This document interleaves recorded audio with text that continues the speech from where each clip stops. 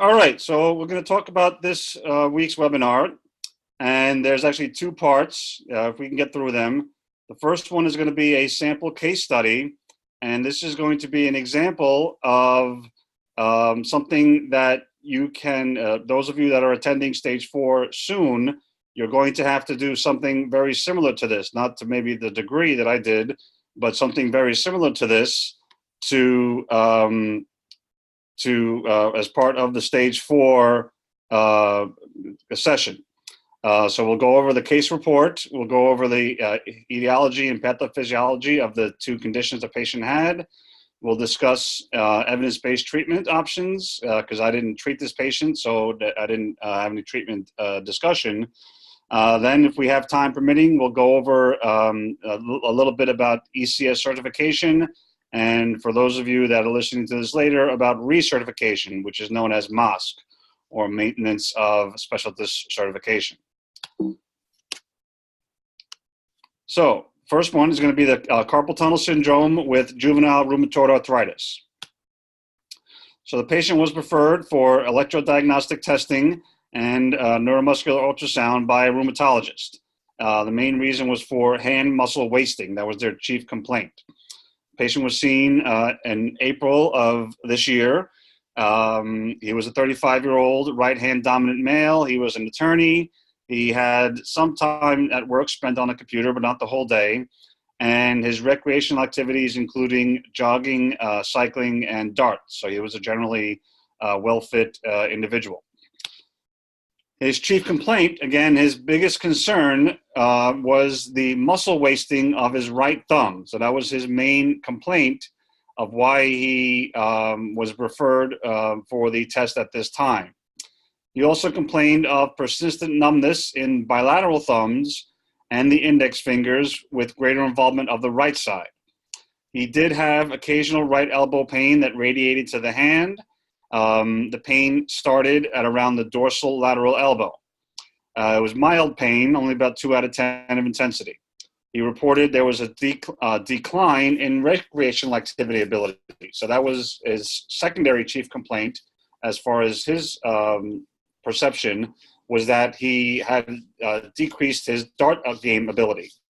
So that's a big deal. Those of you that are involved in kind of recreational sports, that could be a big concern. He said he was dropping the darts and he was decreased throwing accuracy. His overall symptoms have been present for a few years, but again, he didn't start noticing the changes until he noticed a decline in his dart game ability, about 6 months or so. So his medical history and his surgical history, he was diagnosed with juvenile idiopathic arthritis, or JIA, at age 10. This is now formerly known as juvenile rheumatoid arthritis, or JRA. So the name is the same condition, they just changed the name. His history was negative for diabetes, for thyroid dysfunction, and for kidney disease. He had no surgical history, no family history of neuromuscular disease, no exposure to toxins, no smoking, and he was a social drinker mostly at the dart game, but that didn't affect his ability to darts, believe it or not. Medications for his rheumatoid arthritis was the only thing he was taking medications for was methotrexate, 2.5 milligrams by mouth once a day. And when he did get a flare-up of his rheumatoid arthritis, he would be given episodes of prednisone for a short period of time. But he hadn't had that in the past year. He had no diagnostic tests and he had no laboratory studies, so his rheumatoid arthritis hadn't flared up in a while for the past 6 months, and he never had any electrodiagnostic studies. His physical exam was review of symptoms was normal, except for what was noted. So there was no cardiopulmonary musculoskeletal besides the rheumatoid arthritis, no neurological besides the symptoms mentioned, and no integumentary complaints.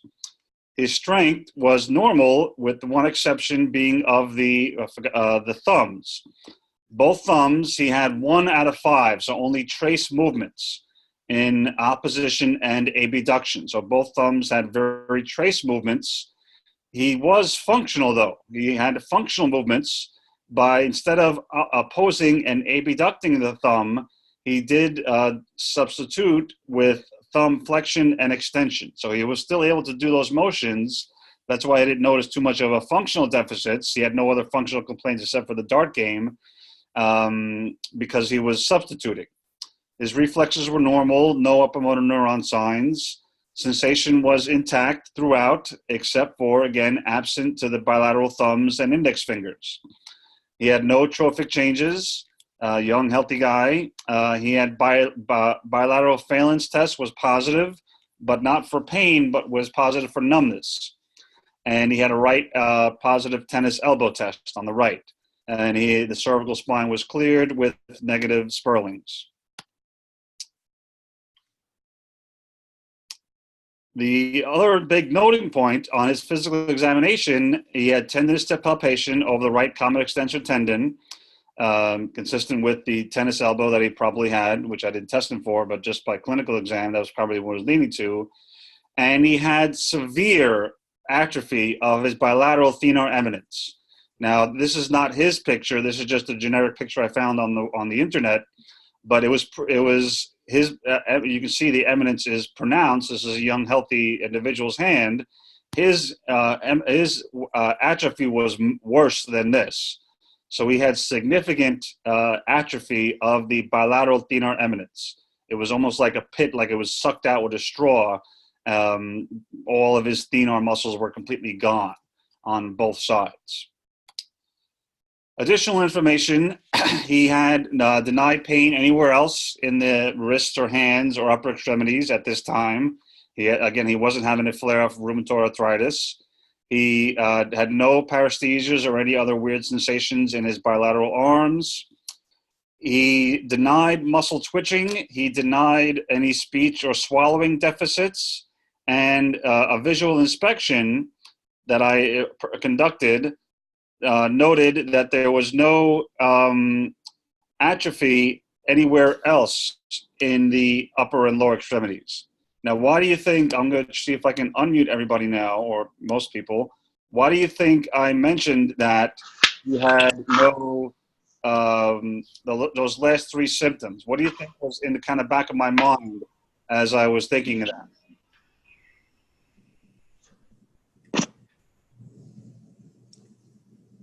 ALS? ALS, correct. Yes, he's close to the not quite the textbook age range, but he's kind of close to where that you want to start thinking ALS. So I asked him a lot of questions, any swallowing difficulties, any speech difficulties. So he didn't have any of those. So that is why I was asking along those lines those questions. Very good. Okay. So continuing on, here is the data for his nerve conduction studies. The sensory nerve conduction studies on the left was completely absent. So I got no response on the left antidromic, recording at the third digit. And on the right, I got nothing at the wrist, but I got a very slowed response at the palm. So again, no response at the wrist, but a very slow and mildly small response at the palm. Looking at the waveforms here, obviously the left has nothing. The right had, again, nothing at the wrist, but a very small and delayed response at the palm. So even the injury, there was some signs of axonal involvement, but there were some axons that were spared. So some axons that were spared at the palm, they were slow ones, but they were still had some axon sparing on the right, on the median antidromic sensory.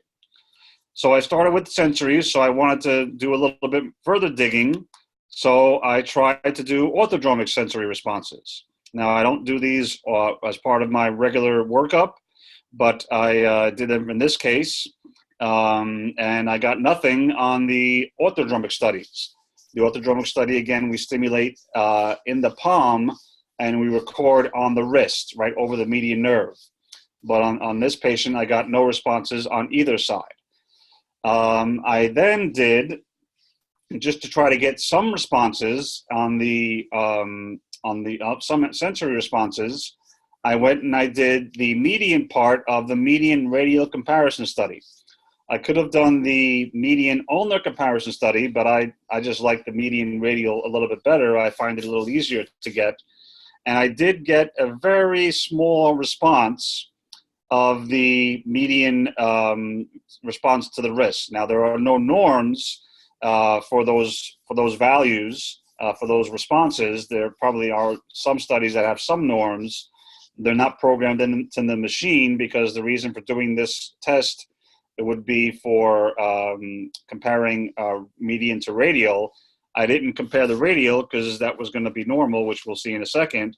But the only reason why I did this study was to try to get some type of response on some median sensory.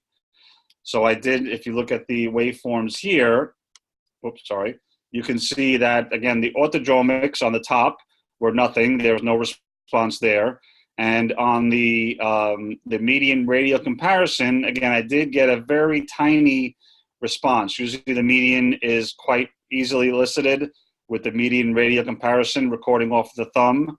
And I had the amplitude up pretty high, but that was the only response I was able to get. So I was able to get some sensory response on the recording off the thumb. The rest of his sensory nerve conductor studies were totally normal. So the left and right radial sensories, normal peak latencies, normal amplitudes, no side-to-side comparative differences. Velocities were normal. The ulnar sensory, again, also well within normal limits, normal latencies, and normal amplitudes, and nothing different side to side. So we went on to the median, to the motor studies, and again, similar results as we would expect with the severe atrophy. The left side was nothing. The left side had no response. I had the pulse width all the way up to about 300, and I wasn't getting anything. And I had the gain down at 1,000, and I was getting no responses. So I marked there's no response. On the right side, I got a very tiny little response. I got a very tiny response on the right side. It was slowed, but I did get a very slow, tiny response on the right side. You can see here the data. Actually, the left side was at 500 of my gain. Normal gain for motors is 5,000. I had it all the way down to 500. I still was not getting anything. So that's why I called it as no response. And the right side, I did get a waveform. It wasn't a pretty looking waveform. And as you can see, I was getting a little bit, the waveform was changing shape as I got a little bit more proximal. I probably was getting a little bit of volume conduction to the ulnar muscles underneath the APB, but I did get a very small, tiny response. Again, not the greatest response, again, very small. The gain is also gained at 500, but I was able to get a response of the median nerve on the right side. And you can see that especially on the axilla, where the waveform has that initial downward deflection. That's because, again, I'm stimulating the axilla, which is close to the ulnar nerve. So I'm picking up more ulnar response over there. So that's why that waveform looks distorted. The elbow, you can kind of see that similar type of shape in the elbow response. So I was able to confidently call that as getting some median axons to the APB. I also tried, again, not for Ruhlian carpal tunnel purposes, but to try to get a better response of another muscle that is innervated by a median nerve. So I did the lumbrical comparison. I did the second lumbrical interosseous comparison from the median and ulnar, stimulating at the wrist 10 centimeters and recording over the second lumbrical and interosseous. And this time I got no response on either side. So even though he didn't have visual inspection atrophy, noted atrophy of the lumbricals, I did notice that I was not able to get a response on the lumbrical stimulation. So there we see the waveform here, and I'm not sure why I did the ulnar. I just did it. I can't remember why, but I just did the ulnar interosseous. So you can see there's a nice big normal response recording off. I think I may have done. I think I may have done this study before I did the traditional ulnar. So I just wanted to see what the ulnar was going to look like. So that's why I did the ulnar on this one. But you can see the ulnar is totally normal, and the median is again a flat line all the way down to 200 on the right side, and there's nothing. So even though the atrophy was significant on the both sides, and I did get a response on the APB on the right, I didn't get one on the lumbrical. The rest of the upper extremity motor study was totally normal. Again, I just did the ulnar just for a comparison, and you can see that the distal latencies are very normal. The amplitudes are very normal, no significant side-to-side difference, and the velocities are well within normal ranges, and no significant drop-off as far as decrease in velocity from one stim site to the next. So those were the nerve conduction studies, EMG. As you would expect, the EMG of the APB was abnormal, was significantly abnormal. There was decreased insertional activity, so I barely got a little bit of blip when I moved the needle into whatever was left of his thenar eminence. I got a very small little discharge, so I labeled it as decreased insertional activity. The amplitude and the duration of the motor units, he had just a few motor units that were left when he did try to abduct the thumb without substituting, and I made sure I blocked that substitute motion when I was resisting his motion. So I did see very small, very short duration motor units, and there was less of them. So the recruitment pattern and interference pattern was obviously reduced and incomplete. The remainder of the bilateral upper extremity EMG, again, just a screen of some C6 and C7 muscles and some C8 muscles to overlie any potential radiculopathy. That wasn't likely, but I just did a screen for radiculopathy anyway without the cervical paraspinals, and you can see that everything was normal. I did do on the right limb, he did have the clinical signs of tennis elbow. So that's why on the right side, I selected the extensor carpi radialis longus as a muscle to check. And that was normal.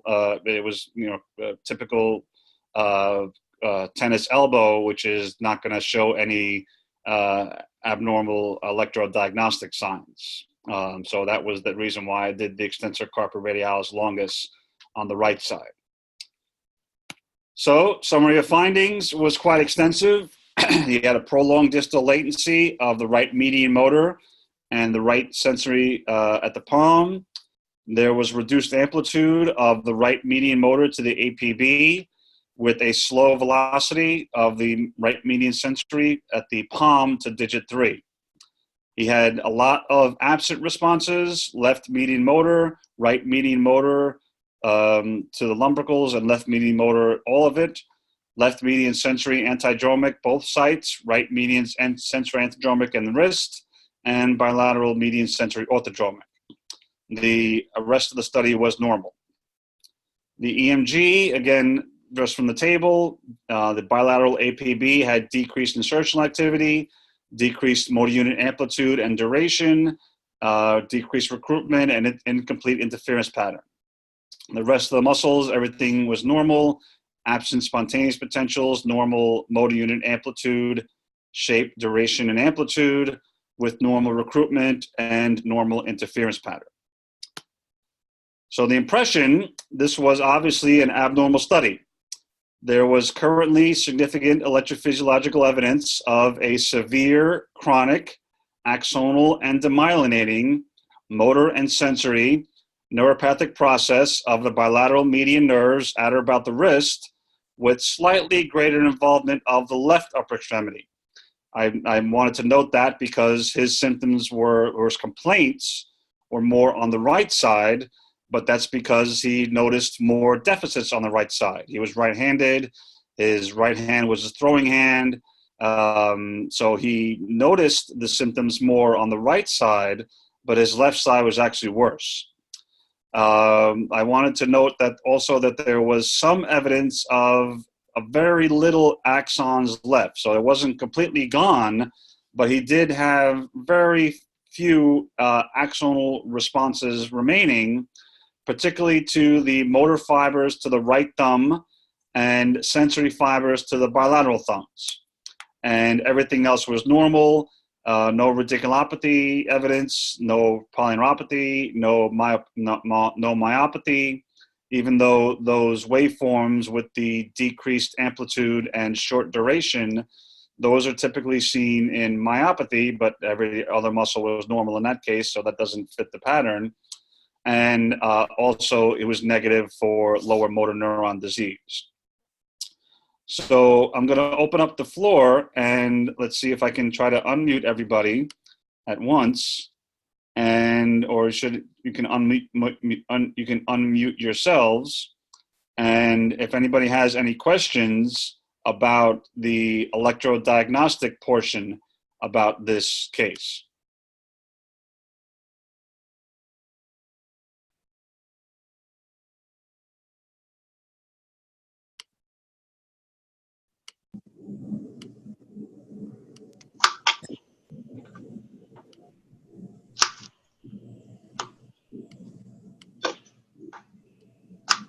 Nobody has any questions?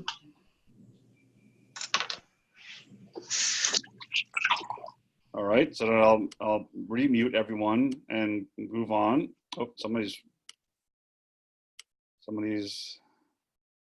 okay. No questions. Let's see. Mark, there's a way to unmute yourself. I unmuted everybody in the panel.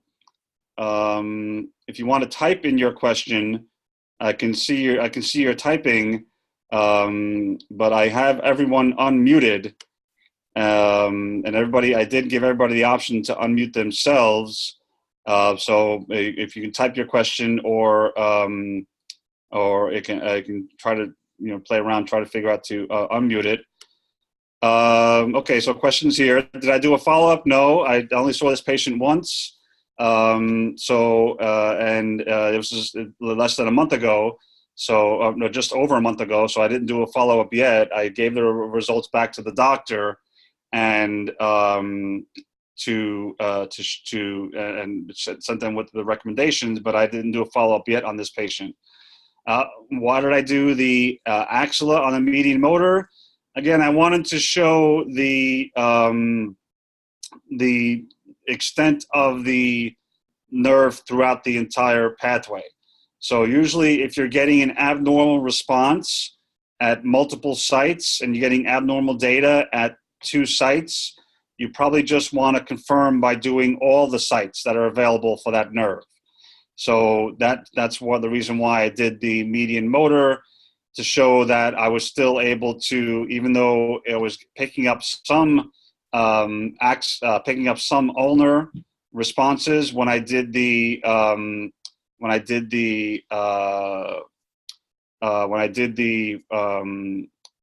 responses at both the other 2 sites. I didn't get the response I wanted to make sure I got a response at the 3rd site. The referring MD, I did give them the report. I actually didn't get it. I was back at that office once since I did the test, but I didn't see the doctor at the second time that I was the time that I was there. So I didn't get a chance to speak to the doctor yet about this person's test. So they didn't contact me. They have my email information, but I didn't get a chance to sit down and speak with the doctor. And actually, you're not supposed to. There's a new law about emailing about patients via HIPAA being not secure. So I didn't want to risk it and send email discussion that was unsecure. So I didn't want to send it an email. That's the reason why I didn't email my response to the doctor. All right. So I'm going to press on with the, whoops, let's see if I can close this chat here. Oh, that's not good. I'm going to close the chat. Okay. And I'm going to close this. All right. So neuromuscular ultrasound. So neuromuscular ultrasound, we did transverse images of the wrists were taken at the level of the distal crease and the area of the median nerve. With using the pisiform as a bony landmark, I took longitudinal images of the median nerve from the midpoint of the transducer at the level of the distal wrist crease. So here are the images, and you can see the median nerve. This was on using a Philips, not the Sonosite, but a portable Philips transducer. And you can see the longitudinal measurements. You can see the size of that median nerve was quite large, 9.98 times 2.73. And the cross-sectional area was pretty big too. Again, this is one of the drawbacks of this machine, is that you can't take an exact tracing. You can only do like elliptical movements and try to get the best fit. So it doesn't quite fit the shape, but it's close enough. And you can see the cross-sectional area is 0.248, which is extremely large. On the that was his more symptomatic side. Here's the long-axis view for the median nerve. Nothing to quantify there, but you can see the ultrasound image there. The left side, which was his worst side electrodiagnostically, was also worse with ultrasound images. So we see a distance of 1.09 centimeters times 3.5 centimeters. So that was, again, very large distance. And the cross-sectional area was even larger. So the cross-sectional area on the left side also was much larger than the right side. The left side also much larger than normal. 0.338 was the value here. And here's the left long axis view. You can see a little bit of abnormalities here. I'll go into that in a second. So you see the long axis view of the median nerve on the left. So again, my experience with ultrasound is a little bit limited. So I needed to kind of phone a friend from our colleague, Dr. Mohini Rawat, and I asked her just to take a look at these images and make sure I was doing it right, because I had never seen anything like that before to that degree. So I wanted to make sure I wasn't messing up something really bad. And she said the images were good, so we were good to go. I was happy with that. So the data, again, just to summarize, the cross-sectional area was well above normal. The linear measurements, even though the nerve was enlarged, it wasn't abnormally flattened. If the anterior posterior medial lateral ratio is greater than less than 4 to 1, that is signs of flattening of the nerve. And even though his nerve was quite enlarged, it was not flattened. So it was just blown up and swollen at that area of the at the wrist. So the impression for neuromuscular ultrasound was based on a sonographic evidence. There is evidence of severe compromise of the bilateral median nerves at the wrist, suggesting entrapment with greater involvement of the left upper extremity. And on the long axis view, which Mohini helped me with that, she pointed out there was evidence of thinning of the left median nerve distally. So she noted out that there was some thinning of the nerve that I didn't pick up. Again, my ultrasound skills are not that great. So I missed that, but she was able to say that the left median nerve had thinning on it as evidenced on long axis view. I'm not going to pause for questions because that's the extent of my knowledge on ultrasound, but I just wanted to throw this in there in this case because, again, this was the worst I'd ever seen. And it also shows that the correlation between ultrasound and median and nerve findings. So I wanted to just throw that in there and emphasize the importance of doing both. when you definitely have positive findings. So that is the clinical picture. Oops, sorry. Now, for the second part of the discussion is going to be a literature review. So I looked up a little bit about juvenile idiopathic arthritis and just some basic facts there. It's a type of arthritis affecting children less than 16 years old. Symptoms are similar to adult rheumatoid arthritis, the difference being earlier onset.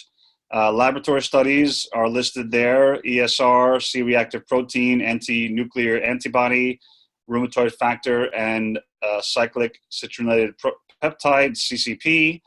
One thing of note with rheumatoid arthritis is that ultrasound can be used for that as well. There's an option, and again, this is beyond my expertise, but there's a power Doppler signal that has been shown in patients with juvenile idiopathic arthritis, that when they're in their remission phase, so when they're not during a flare-up, there is a measurement that can be used to predict the risk of a future flare-up. So that's just another tool that ultrasound can be used for with these patients. Again, I'm not too versed at that, so I'll just leave it at what the research literature shows. Everybody knows carpal tunnel syndrome, so I'll skip that for now. But if your case that you're presenting on stage 4 is about carpal tunnel syndrome, you can by all means include some new data on carpal tunnel, but for sake of time, I'll just leave that out for now. But interestingly enough, there is evidence of an association between carpal tunnel syndrome and juvenile idiopathic and rheumatoid arthritis.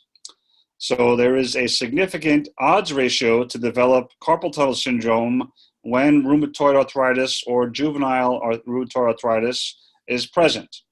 And the incidence of a study recently of a systematic review, so that's the highest level study, showed that the incidence of patients with rheumatoid arthritis who developed carpal tunnel is about 25%.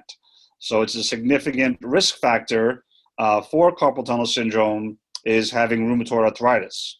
So if you're in an area that you see a lot of patients referred by a rheumatologist, you can definitely mention that, and that could be a possible source of patients for you. Electrodiagnostically, literature has shown that for patients with rheumatoid arthritis, even without a diagnosis of carpal tunnel syndrome, they will usually have a reduced amplitude of the median motor nerve, and there is a significant correlation between the duration of the disease and the amplitude. So a negative correlation means that the longer the disease, the lower the amplitude. So it's a significant negative correlation. Neuromuscular ultrasound, again, was significant for patients with rheumatoid arthritis. 38% of patients with rheumatoid arthritis had sonographic evidence consistent with criteria to rule in carpal tunnel syndrome. So again, they may be asymptomatic or undetectable, but the ultrasound is an early measure to use for these patients. So ultrasound is important as well. And but of note, the normal value may need to be changed a little bit with patients with rheumatoid arthritis because the cross-sectional area is generally larger, which we definitely saw with this patient, with that cross-sectional area being way, way above normal. And it's shown to be much larger in patients with rheumatoid arthritis. Again, I don't know the reason why. You may have to ask Dr. Rawat about the rationale for that, possibly because of the inflammation of the nerve and the chronic inflammatory condition of the joints and the median nerve being right next to it. That's just my theory, but that's what the evidence has shown. So again, as I mentioned, this was not my patient that I was treating and as managing, so I don't know what the patient's treatment course was.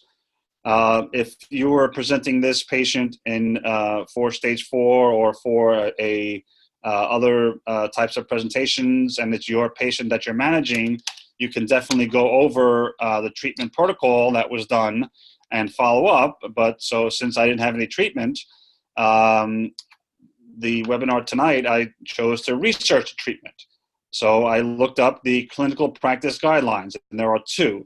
The older one is a clinical practice guideline published from 2016 by the American Academy of Orthopedic Surgeons. So the clinical practice guideline by the orthopedic surgeons, again published in 2016, they recommended, there was strong evidence to recommend immobilization with splinting or bracing. Steroid injection had strong evidence, localized steroid injection had strong evidence for success, as well as oral steroids. So again, we're thinking of, you got to weigh the risks versus the rewards, but oral steroids did have moderate evidence of success. Phonophoresis, interestingly enough, phonophoresis, which can be done obviously by physical therapists with prescriptions, had moderate evidence for the use of it. The therapeutic ultrasound and laser had limited evidence, and because they're surgeons, they heavily investigated surgery, and they found that surgical release had very strong evidence of success for carpal tunnel syndrome management. What was not recommended, there was strong evidence to not recommend magnet therapy, strong recommendation not to recommend non-steroidal medications from all the way down to NSAIDs to other types of pain relieving medications. Besides, steroids were shown to not be effective, moderate evidence of their inefficiency. Interestingly enough, post-surgery that they saw that they didn't quite out say that physical therapy post-surgery was not beneficial. They called it routine supervised therapy.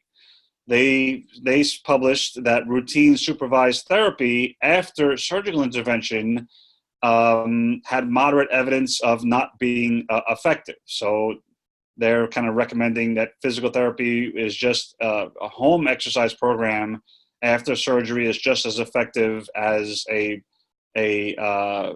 general course of therapy. And also found that post-op immobilization is very strong evidence that it's not effective. So they, once the wound has been healed, they recommend movement as soon as possible. There's strong evidence that this should not be immobilized for any period of time after surgery. So that was an older clinical practice guideline. A newer one was just published, and just meaning May of 2019. So recently, this month's publication by the two experts in our field, the Academy of Hand and Upper Extremity Physical Therapy and the Academy of Orthopedic Physical Therapy. So this is a clinical practice guideline that was just published this month, and their interventions were a little bit similar. They found the way they grade their evidence is a little different. They use a letter scale, but same principle. They found that there was level B, which is next to highest level for orthotics. They found adaptive technology was fairly successful, level C evidence. Patient modification, adaptive devices, altered keyboards, things like that were shown to be somewhat effective. Modalities of superficial heat, diathermy, interferential current, and again, phonophoresis had a little bit of limited evidence. So some studies say they were effective. Manual therapy was shown to be effective as well on a limited basis. And therapeutic exercise also was shown to have level C evidence. What was not recommended, a little bit different than the surgeon recommendation, was they found that low-level laser therapy had fairly strong evidence that it was not effective. So the PT publication published this month showed that laser was not as effective as the previous from the surgeons. Iontophoresis, which was once a big proponent in the treatment of carpal tunnel syndrome, was shown to have moderate evidence of not being effective for patients with carpal tunnel syndrome. Again, magnets, also same as the surgeons, was shown to be not effective. And thermal ultrasound, using it as a deep heating agent, was shown to be limited evidence of it not being effective for treatment of carpal tunnel syndrome. There was inconclusive evidence about non-thermal ultrasound or pulsed ultrasound and neurodynamic mobilization, so nerve glides. Nerve glides were shown to have insufficient evidence for them to either say one way or the other. One thing that I noted on both cases is that they didn't really talk about educating the patient. And this is, I think, is the most important intervention, is because if you keep doing the same thing over and over again, no matter what intervention you have, they're going to be unsuccessful. Because they're just going to get, if you give a surgery, they go right back to doing the same thing. They're going to develop the same symptom again. So this one is a little bit harder to quantify. That's probably why they didn't study it and report on it. But that's, I think, is one of the most important interventions, is to tell the person, you know, to modify their habits and to stop doing the aggravating activity. So I'm going to open up the floor again. If anybody has any questions to the about the treatment options, and I'll pause a little bit and we'll talk about that. If you want to talk about the treatment options, Bill, your question from before, I did the median versus radial, but I didn't do the radial because I wasn't thinking of carpal tunnel syndrome. I was thinking, I'm sorry. I already had enough evidence to rule in carpal tunnel syndrome, so I didn't need to compare the latencies. I was only doing it to try to get a amplitude response of something, of a sensory nerve. So I was gonna, if I didn't get anything there, then I would have gone to the fourth finger and tried to get some response of the median sensory nerve there. That's the reason why I only did the median part of the median radial comparison. If anybody else, I think another question here. Let's see, open it up. Okay. No lower extremity symptoms. He had no other symptoms. His only symptom was, again, his biggest complaint was the wasting away of his thumb atrophy, and his his ability to play darts was affected. That's when he started noticing the problem. So everything else was, and again, some mild pain in the right elbow. He was probably compensating a little bit. His throwing mechanics were maybe altered, but not that much. Otherwise, everything else was normal. His prognosis was pretty poor based on EDX. Again, there was some axonal finding. He had some axons preserved in the sensory nerve and some axons in the motor nerve, but the damage was so extensive, and there actually was in that clinical practice guideline, I didn't put it in, from the physical therapy. There's actually a algorithm that you can use to predict and predict recovery and have signs of when to refer and when surgery may be the best option. And he fell into this category where surgery to resolve his carpal tunnel, surgery would be kind of the only option left at this point, based on the severity of his symptoms. Any possibility of sprouting? Possibly, but not likely, because again, the extent of his damage. He's got that nerve was also so inflamed, as you saw the size of it. That's why ultrasound was very helpful in this case. As you see, it was so inflamed that he's got to get rid of that inflammation, or it's just not going to get better. All things left unresolved, if possible, for sprouting. But again, at this point, without taking some pressure off of that nerve, it's very unlikely that he'll get more recovery without any type of surgical intervention at this point. The inflammation, again, definitely was rheumatoid arthritis. That was one cause of the inflammation. as we saw from the literature, patients with rheumatoid arthritis generally have a larger nerve to begin with, but his case was compounded because he had not only was it inflamed because of the rheumatoid arthritis, the systemic inflammation, but also from the compression of the nerve. The compression of the nerve with carpal tunnel syndrome would be caused to cause it more inflammation. So he's got some pressure on the nerve, which is causing inflammation. How long would I wait at the surgery? Well, based on his lack of axons, I would say it would be quite a while. You figure the inch a month rule for that nerve to regrow. So because most of his axons were no responses, I would say at least 4 months at minimum to retest him.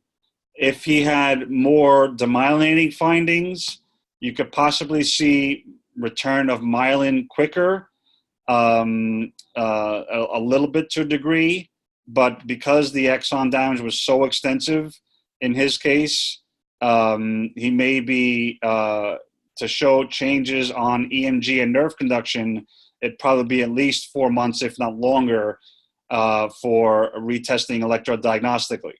Now, ultrasound is another story. That one, and again, I have to ask Mohini to confirm, but I would think ultrasound would probably show the findings more quickly than electrodiagnostically. So you can see that change of swelling pretty quickly after the relief of the compression. So I would think that ultrasound would be a quicker rationale to retest before the electrodiagnostic test. So again, I don't want to put a number on it. Mohini might know a little bit better, but I would think, pretty quickly, within a month or two, that you could definitely see some signs and some changes with ultrasound. Any other questions about the treatment interventions before we'll just go quickly to the ECS review? For those of you that have a little questions on that. Okay, so I'm going to minimize this here. And going on to the, quickly, those are all the references. Okay, part 2, ECS certification. Again, for those of you that are not certified yet, the first step to do is to complete the residency. So to complete the residency, those are the criteria. Those are, we've gone over these a couple times before. I won't repeat them, but those are the criteria there for completing the residency. Is step 1, some strategies. You have, in order to take the exam in March, you need to be completely finished by January 31st. So if you're planning to take the ECS exam in March of 2020, you have to be finished by January 31st, 2020. So you had to be done at that time. To complete the program in 12 months from when you started, you need to get hustling, doing about 25 studies a month, not counting the mentoring day studies. To complete it in 36 months, which is the maximum time, you have to average about 8 studies a month. So you have to, do about 8 studies a month, not counting the mentoring days. The CATs, the journal articles, a lot of the faculty have, through their academic appointments, like myself, Dr. Brooks, Dr. K, things like that, you can just email me a copy or email your mentor a copy of the, or the name of the article, and we can try to get the full text for you through our academic appointments. Somebody had a question, and I don't know, I saw it, but I don't know how to find it. I saw it raised. No, Bill, that is correct. The mentoring studies do not count. So the mentoring studies, they count towards hours of direct mentoring. So there's 2 separate criteria. So the mentoring studies do not count towards 295, but they count towards completion of the 7 residency days towards direct mentoring. So we can't count them twice because that'd be double dipping. The APTA already dinged us for that. So we can't count those twice. Let's see, go back to here. Okay, the alternative activity hours, just some ideas. Again, you need 100 hours. The ways to earn the most hours is to work as a lab instructor or teaching assistant for a stage you've already taken with the approval of your mentor.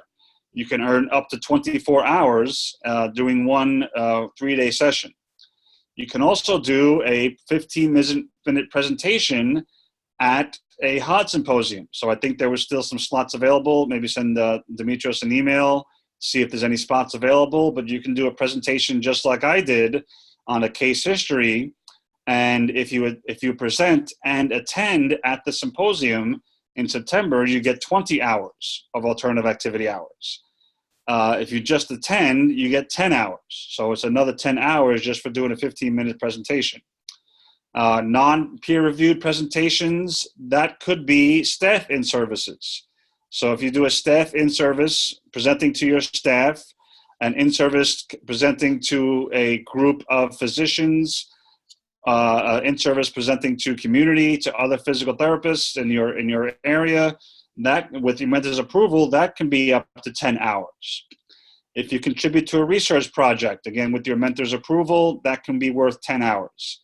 And if you publish in a non-peer-reviewed publication, that can also be worth 10 hours. So again, the HODS magazine, the HODS quarterly publication can be, if you do a case report, that can be worth up to 10 hours with approval of your mentor.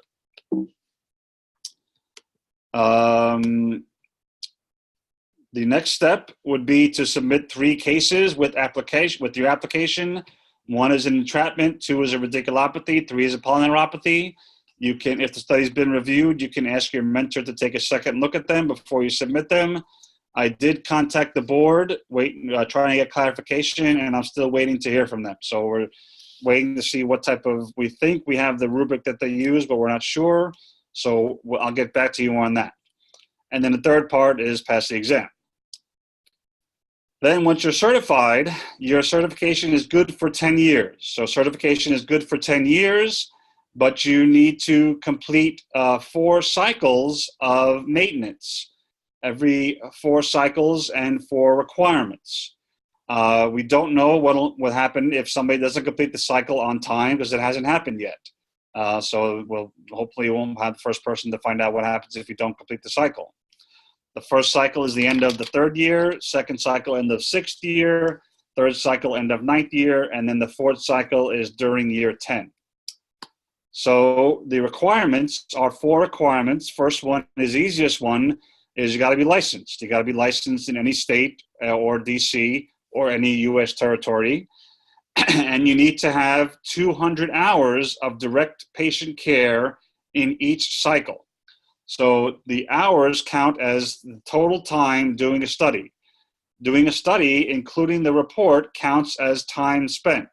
So if your study took you an hour and it took you relatively half hour to write a report, that entire time counts as direct patient care. So it's actually time with the patient and time spent doing the report. All of that counts. Time spent waiting for a patient doesn't count. Requirement 2 is you have to get 10 MOS credits across all 3 categories. So you have to have 1 point in all 3 of the categories by the end of cycle 3, so by the 9th year. And the 3 categories are patient care beyond the baseline 200, supervision and professional service. Category 2 is any type of education as a student or a teacher. And category 3 is presentations, research, and writing. So category requirement 2, category 1, again, is 200 hours of patient care only in the specialty area. So patient care spent doing orthopedic therapy doesn't count. Each 200 hours beyond the 200 counts as 1 credit. You can get partial credit available, and there's a maximum of 5 credits in each 3-year cycle. If you do supervision and mentoring of somebody in the specialty area, again, every 200 hours equals 1 credit. So if you have a student and you show your student how to do EMGs and nerve conduction studies, and if you come back and serve as a mentor, so you can serve as a mentor to future residents in the program, and each report review that you do as a mentor counts as 30 minutes towards the 200 hours. So it's supervising one person, one report is 30 minutes per review. And there's a maximum of 5 credits in each 3-year cycle. So again, an incentive to come back and serve as a mentor once you've gotten your ECS. Professional services, if you're an elected or appointed officer in a national office like the section or the academy, if you serve the full term is 1 credit. And if you write questions for the ECS exam, every 10 credits you write, every 10 questions you write earns you another credit. Category 2 is education. So category 2 is 1 credit for every 10 CEUs within the specialty area. So the HOD Symposium is 10 CEUs. So if you attend the HOD Symposium, you get 1 credit. If you complete the residency, so those of you that have not completed the residency that are already ECS, if you complete it, you meet all requirements for 1 cycle.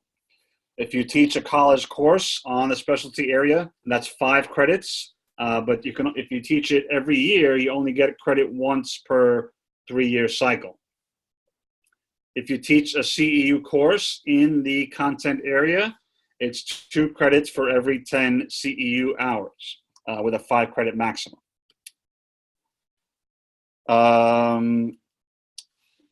Category 3 is presentations. You get, for a peer-reviewed presentation, you get 2 credits, which is presenting at CSM at the APTA conference or next, and the Rocky Mountain Symposium. You get 1 credit for non-peer-reviewed public presentations. So this would again be the HOD Symposium, get you 1 credit, or presenting again in the community or to peers or in services, get you another credit. If you contribute to a research project, you get 1 credit. If you publish in a peer-reviewed journal, is 3 credits. And if you publish in a non-peer-reviewed journal, it's 1 credit. So again, publishing in the article in the Diagnostics for PT publication as an example would earn you 1 credit. Requirement 3 is similar to the case submission with initial certification. So it's 3 cases similar to initial certification with a self-reflection of the case. Cycle 1 is a focal entrapment, cycle 2 is a radiculopathy, and cycle 3 is submit a polyneuropathy. And then requirement 4 is another exam. So this is newly instituted and is mandatory. You have to take another exam at the 10th year. So you'll have an online exam that you do on your own at home. You get about 10 minutes for each question, and you get it in 4 25-minute blocks. So you don't have to do all 25 at once, but all 100 at once, but you have to do the whole 25, and you get 10 minutes per question. If you fail, you get 1 retake in the 11th year without losing certification. If you fail the second time, then you got to resubmit the entire process again as a new applicant. There are provisions available for life events, and the passing score is yet to be determined. And those were the final say on the MOS certification, which again is relatively new. So anybody have any other questions about the MOSC certification or about the case in general? Went a little bit over time, but I wanted to kind of get a presentation on both things. So does anybody have any questions about anything in general?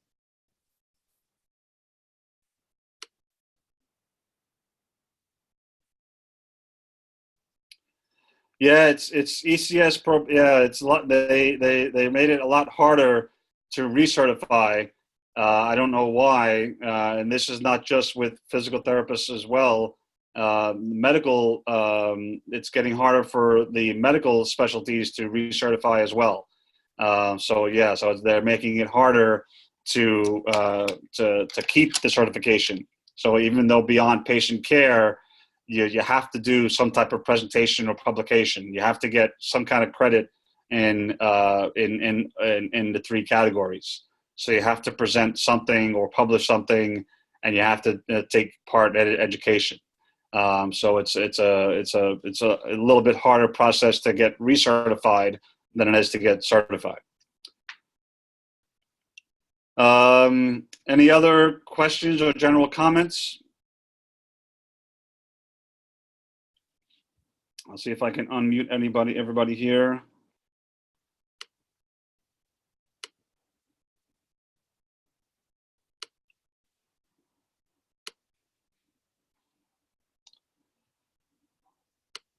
All right, so if nobody has any other comments, I'll stop the recording.